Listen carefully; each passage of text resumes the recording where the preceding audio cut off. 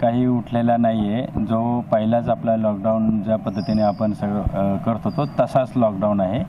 लोकांना व्हॉट्सअपवरून किंवा इतर काही मेसेजवरून किंवा ग्रीन झोन झाला यामुळे लॉकडाऊन उठला आहे अशा पद्धतीचा काही लोक गैरसमज करून घेत आहेत आणि रस्त्यावर येत आहेत। आपण निश्चितपणे ग्रीन झोनमध्ये आहोत, परंतु या संबंधीची कोणतीही आदेश माननीय जिल्हाधिकारी साहेब किंवा आम्हाला अद्यापपर्यंत त्या आलेले नाहीत आणि त्यामुळे लॉकडाऊन हा उठलेला नाही। आजपर्यंत आपण सुमारे 800 केसेस दाखल केलेल्या आहेत गुन्ह्याच्या, त्याचबरोबर 500 व्हेकल्स आपण जप्त केलेले आहेत। अद्यापही यामध्ये आम्ही जे पूर्वीचे चालू आहे तसेच करत आहोत। दुसरा एक महत्त्वाचा विषय असा आहे की यामध्ये लोक विनाकारण आपल्या गाडीवरती अत्यावश्यक सेवेचे पास ठेवून किंवा हे करून पासेस गळ्यात घालून फिरत आहेत। यांनासुद्धा आता स्ट्रिक्ट केलं जाईल। अननेसेसरी फिरू नका या बाबतीत त्यांना वारंवार सूचना दिल्या जातात आणि आमच्या कर्मचाऱ्यांनी अधिकाऱ्यांनी जर पकडलं की लोकल लेवलच्या काही नेत्यांना पुढं करून त्यांना सोडण्यासाठी बाध्य केलं जातं। परंतु कालच मी ट्रॅफिक पोलीस निरीक्षकाला आणि माझे दोन्ही SDPOंना सूचना दिल्या की अजिबात अशा लोकांना सोडायचं नाही। आपल्याला नांदेड जिल्ह्यामध्येच एकंदरीत जो कंट्रोल आपण ठेवत आहोत प्रतिबंधात्मक उपाययोजनाद्वारे आत्तापर्यंत इतका चांगला कंट्रोल आलेला आहे। लोकांनी काही दिवस सहकार्य करावं। अशा परिस्थितीमध्ये बाहेरनं आलेल्या एखाद्या व्यक्तीमुळे जर आपल्याकडे लागण झाली किंवा काही प्रादुर्भाव झाला तर याच्यापेक्षा कठीण परिस्थिती येईल। त्यामुळे बाहेर येऊ नका, घरात थांबा। थोड्या दिवसासाठीचा प्रश्न आहे। आपण ही चेन तोडत आलेलो आहोत। जवळजवळ 70-80% आपलं काम पूर्ण झालेलं आहे। आता लोकांनी बाहेर येऊ नये अशी मी पोलीस अधीक्षक म्हणून विनंती करतो। व्हॉट्सअपवरच्या मेसेजवर आपला एक संदेश जनतेला जावा की खात्री केल्याशिवाय ते मेसेज जाऊ नयेत। व्हॉट्सअपवरती ज्या पद्धतीने काही मेसेज फिरत आहेत, काही चुकीच्या न्यूज पसरवल्या जातात, तर यामध्ये गुन्हे दाखल होतील। सायबर ॲक्ट खाली याच्यामध्ये गुन्हे दाखल होतील याची मी सर्वांना सूचना देतो। यामध्ये पूर्वीसुद्धा आम्ही आपल्याला सर्वांना कळवलेलं आहे आणि असे जवळजवळ 6 गुन्हे आपण नांदेड जिल्ह्यामध्ये दाखल केलेत आणि ह्या गुन्ह्यामध्ये आपण आरोपी अटक केल्याशिवाय सोडत नाहीत। या गुन्ह्यामध्ये मोठ्या स्वरूपात दंड आहे, शिक्षा आहेत, याची जरा सर्वांनी काळजी करून घ्यावी आणि कोणत्याही जे ग्रुप ॲडमिन जे आहेत यांनीसुद्धा ओन्ली फॉर ॲडमिन तो काय मेसेज जाईल तो जबाबदारीने जाईल या दृष्टीने स्वतःहून आपल्या सिक्युरिटी लेवलला जाऊन त्यांनी त्या पद्धतीने व्हॉट्सअपमध्ये सुधारणा करून घ्यावी। काही असंही आढळून आलं आहे की फेसबुकवरती महिलांच्यावरती चुकीच्या पद्धतीने टॉन्टिंग केले जाते, ग्रुप बनवले जातात। अशा लोकांच्या विरुद्ध मात्र खूप कडक कारवाई केली जाईल आणि त्यांच्यावरती IT ॲक्ट खाली गुन्हे दाखल करून योग्य त्या प्रकारे त्यांचा बंदोबस्त केला जाईल। अद्यापही लोकांचा असा समज होतोय की आता सीमासुद्धा ओपन होणार आहेत। आपल्या भागातून लोकांना त्या ठिकाणी दुसरीकडे जाण्यासाठी सहज आपण येऊ जाऊ शकतो, परंतु अशी कोणतीही परिस्थिती नाही।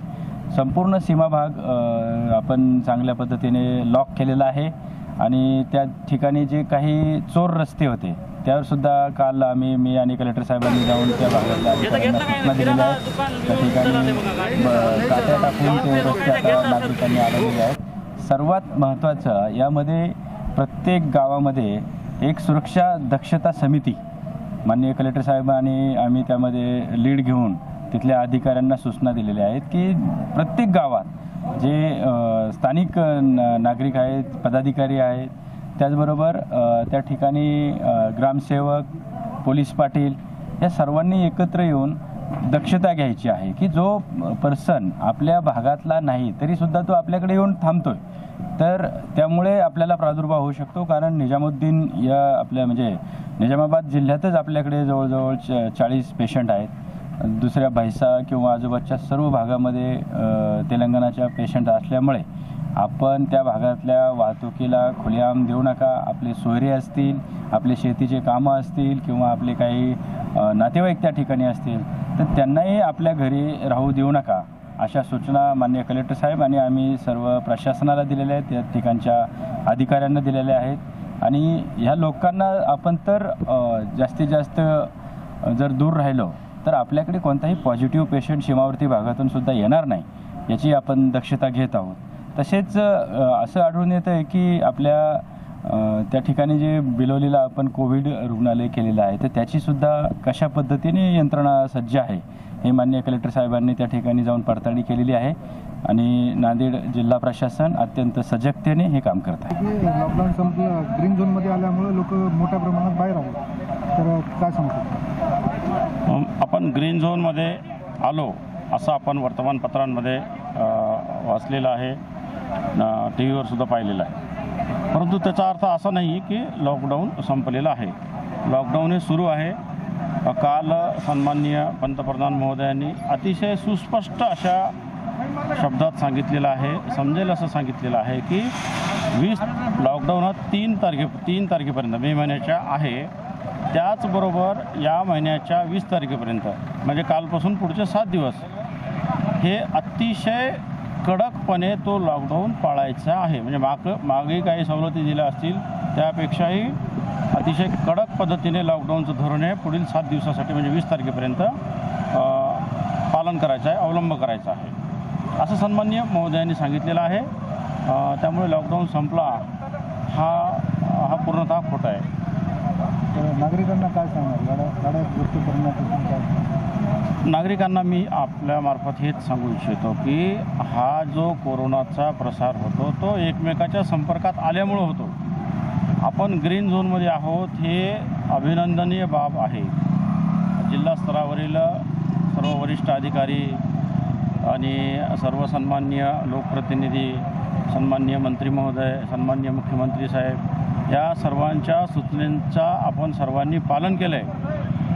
त्यातून आपण ग्रीन झोनमध्ये आलो हे अभिनंदनीय निश्चितपणे आहे. परंतु आपल्याला यापुढे सुद्धा लॉकडाऊनचं पालन करायचं आहे, कारण कोरोनाला पूर्ण नष्ट करायचं आहे. आणि कोरोनाला पूर्ण नष्ट करायचं असेल तर आपल्याला घरात राहावं लागेल, सुरक्षित राहावं लागेल. त्यामुळे मी आपल्या मार्फत हे सांगेल की stay at home, stay safe.